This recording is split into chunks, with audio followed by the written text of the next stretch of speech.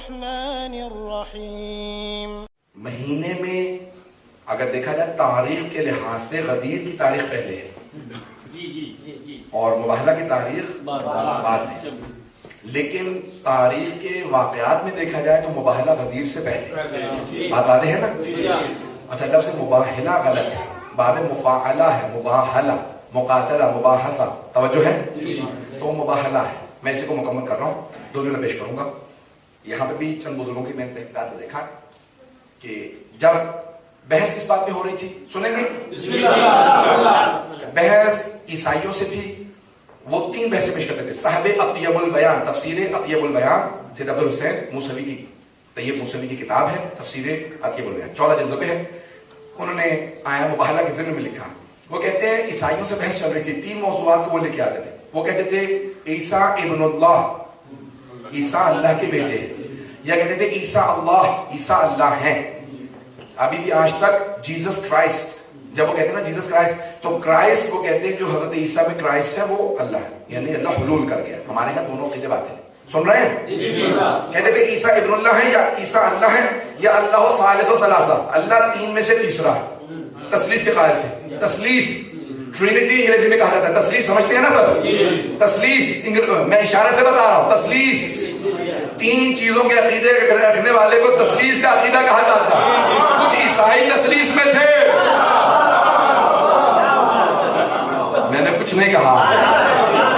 ایک مرتبہ سب کے سب بحث کرتے رہے، پیغمبر دلیلیں دیتے رہے کہ نہیں، نہ عیسیٰ ابن اللہ ہے، نہ عیسیٰ اللہ ہے، نہ اللہ تین میں تیسرا. دلیلیں دی، انہوں نے نہیں تسلیم کیا. پھر ایک مرتبہ کہا ہم جھوٹوں پہ اللہ کی لعنت بھیجیں گے، جو مباہلہ ہوگا. 3 دن روزے رکھو، تم بھی آ جاؤ، تم اپنی حقانیت کی بات کرنا، ہم اپنی، اور اس کے بعد ایک دوسرے پہ لعنت کریں گے، نفرین کریں گے. جب نفرین کی جائے گی تو جھوٹوں پہ خدا جب نفرین کر دے گا تو وہ تباہ ہو جائیں گے، جو جھوٹے ہو گئے تباہ ہو جائیں گے. عیسائی سب جمع ہونے لگے. کیوں؟ قرآن کی آیت ہے، نہ تو ابنانا و ابناکم ونسانا و نساکم وانفسنا وانفسکم ثم نبتہل فنجعل لعنت اللہ علی الکاذبین. تم اپنے بیٹوں کو لے کے آؤ، اپنے بیٹوں کو لے کے آئے. تم اپنی خواتین کو، مستورات کو لے کے آؤ، اپنے خواتین کو لے کے آئے. تم اپنے نفسوں کو لے کے آؤ، اپنے نفسوں کو لے کے آئیں گے. حبیب خدا نے نفسوں کی جگہ علی کو لیا، نسانا کی جگہ پہ جناب سیدہ کو لیا، ابنانا کی جگہ امام حسن حسین کو، اور باقی ابنانا اگر وہاں اب کسی کو آنے کی اجازت نہیں.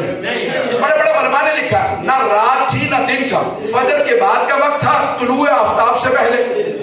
دلیل یہ دی ہے کہ رات میں اس لیے نہیں بلانا چاہتے تھے حبیب خدا مباہلے کے لیے تاکہ کوئی یہ نہ کہے کہ کون کون آیا تھا، رات تھی دیکھ نہیں سکے. اور دن میں اس لیے نہیں بلانا چاہتے تھے کیونکہ جناب سیدہ ساتھ ہے، پردہ بھی باقی رہے، آشنائی بھی ہو جائے. تو کہا فجر کے بعد چلوں گا طلوع آفتاب سے پہلے. تو سب نے کہا، ہر اہل بیت کے تمام فضائل سب نے چاہا ہم شریک ہو جائیں. ہر آدمی شریک ہونا چاہتا تھا. پیغمبر نے کہا انا مدینۃ العلم علی بابو، میں علم کا شہر، علی کا دروازہ. کسی نے کہا ہمیں بھی شامل کرو. کوئی دیواریں بنا، کوئی چھت، کوئی پرنالا. پیغمبر اسلام نے کہا لو تینا راحت غدر، میں کل اس کو دوں گا جو مرد ہوگا کرار ہوگا غیر فرار. ایک صحابی کہتے ہیں زندگی میں کبھی بھی علم کا شوق نہیں ہوا، لیکن اس رات پوری رات سو نہیں سکا. سب کے سب شریک ہونا چاہتے تھے. سارے فضائل اہل بیت میں سارے صحابہ شریک ہونا چاہتے تھے، لیکن مباہلہ واحد میدان جہاں کوئی آنے کو تیار نہیں، ہمیں بھی لے چلے. بلکہ میرا دل کہتا ہے سب چھپتے پھر رہے تھے، ہم نہیں جائیں گے مباہلہ میں. جانتے ہیں کیوں؟ فنجعل لعنت اللہ ہے.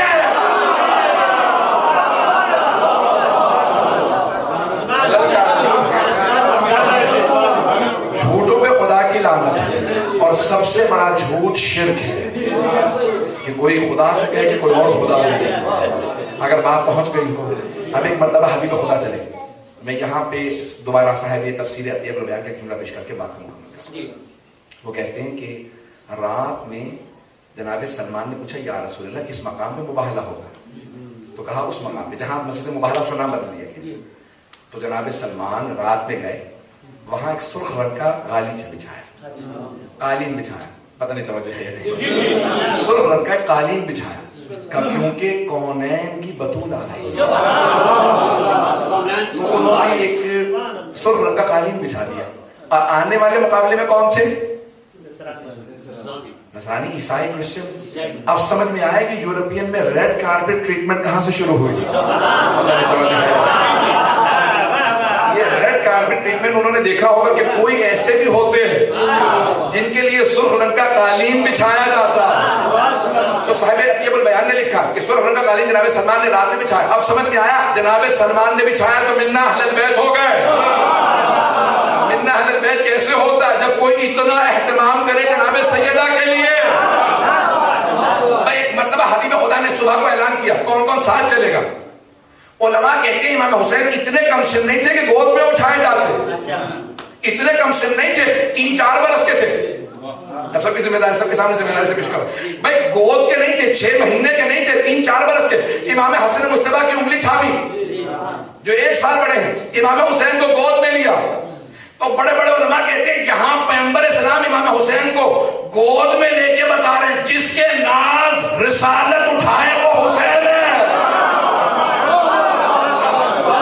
یہ میدان کربلا کی تمہید، انہیں احساس ہو جائے حسین کا. اب آئیے ذرا پیش کر رہا ہوں کہ جناب رسالت نام امام حسن حسین کو سب سے آگے لے. کیوں؟ کیونکہ آیت کی ترتیب یہی تھی نت ابنانا و ابنا، ہم اپنے بیٹوں کو لے کے آئیں گے، اس لیے سب سے آگے امام حسن حسین کو ابنانا کو لیا. نسانہ کی جگہ جناب سیدہ، انفسانہ کی جگہ جناب امیر سب سے آخر میں. یہاں جناب سیدہ مرکز میں چل کے کیا سمجھا رہی ہیں؟ میری تھوڑی سی محنت ہے، میں نے بہت سوچا جناب سیدہ مرکز میں کیوں ہے. تو جہاں جہاں رسالت کے قدم آتے تھے وہاں وہاں عصمت کے قدم جاتے تھے اور امامت کے قدم انہیں چھپاتے تھے. یہ رسالت اور امامت کے مرکز میں چل کے جناب سیدہ بتا رہی ہے رسالت اور امامت کے رابطے کا نام فاطمہ ہے.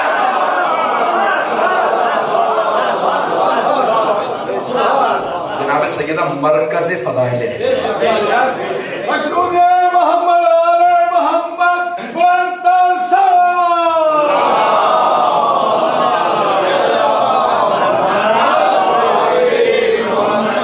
توجہ ہے سکھانے کے آخری 4 منٹ 2-3 منٹ، اس کے بعد میں دعا کے لیے اللہ سے درخواست کروں گا. بس 2-4 منٹ ہے گزرنا.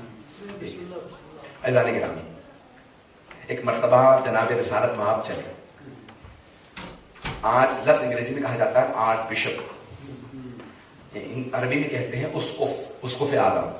ان کے 4 جو سب سے بڑے پادری تھے عیسائیوں کے، انہوں نے دور سے آتا دیکھا.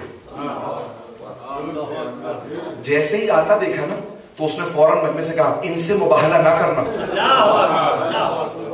بڑے بڑے مفسرین نے یہی لکھا ہے، ہمارے شیعہ سنی مفسرین نے، کہ مباہلہ کے اندر ایک مرتبہ عاقب نامی ان کا اسقف تھا، آرچ بشپ تھا، سب سے بڑا پادری ہے، پوپ جو بھی کہہ لیجیے باپ.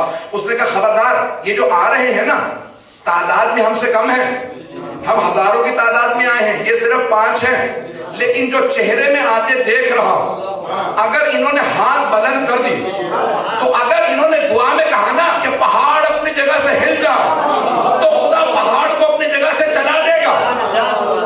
اگر انہوں نے عیسائیوں کو بددعا کر دی تو قیامت تک کے لیے تمام عیسائی کتوں اور سور میں تبدیل ہو جائیں گے. خدا کے قسم الفاظ یہی ہے کہ سب کے سب مس ہو جائیں گے، بدروح ہو جائیں گے.